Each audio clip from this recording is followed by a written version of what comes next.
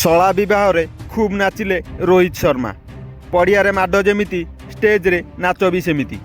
ଦୋସ୍ତ, ଗତ 17 ମାର୍ଚ୍ଚରେ ମୁମ୍ବାଇର ୱାଙ୍ଖେଡ଼େ ଷ୍ଟାଡିୟମରେ ଭାରତ ଅଷ୍ଟ୍ରେଲିଆ ମଧ୍ୟରେ ପ୍ରଥମ ଦିନିକିଆ ମ୍ୟାଚ୍ ଖେଳାଯାଇଥିଲା, ଯେଉଁଥିରେ ଭାରତ ଅଷ୍ଟ୍ରେଲିଆକୁ 5 ୱିକେଟରେ ହରାଇ ପ୍ରଥମ ମ୍ୟାଚ୍ ନିଜ ନାମରେ କରିଥିଲା। ସେହି ମ୍ୟାଚ୍ରେ ହିଟମ୍ୟାନ୍ ରୋହିତ ଶର୍ମା ଟିମ୍ରେ ସାମିଲ ନଥିଲେ।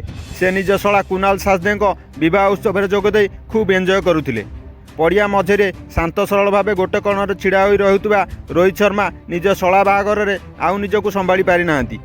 ସ୍ତ୍ରୀ ରୀତିକାଙ୍କ ସହ ମିଶି ଷ୍ଟେଜ୍ରେ ଧୁମ୍ ନାଚିଛନ୍ତି ରୋହିତ ଶର୍ମା, ଯାହାର ଭିଡ଼ିଓ ଏବେ ସୋସିଆଲ ମିଡ଼ିଆରେ ଜୋରରେ ଭାଇରାଲ୍ ହେବାରେ ଲାଗିଛି।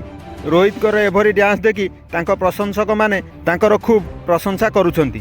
ଦୋସ୍ତ, ଆପଣମାନେ ବି ଯଦି ହିଟମ୍ୟାନ୍ ରୋହିତ ଶର୍ମାଙ୍କର ଫ୍ୟାନ୍ ଅଟନ୍ତି, ଭିଡ଼ିଓଟିକୁ ଲାଇକ୍ କରି ଚ୍ୟାନେଲଟିକୁ ସବସ୍କ୍ରାଇବ୍ କରିଦିଅନ୍ତୁ ଆଗକୁ ଏହିଭଳି କ୍ରିକେଟ୍ ଏବଂ IPL ସମ୍ବନ୍ଧିତ ଖବର ଜାଣିବା ପାଇଁ।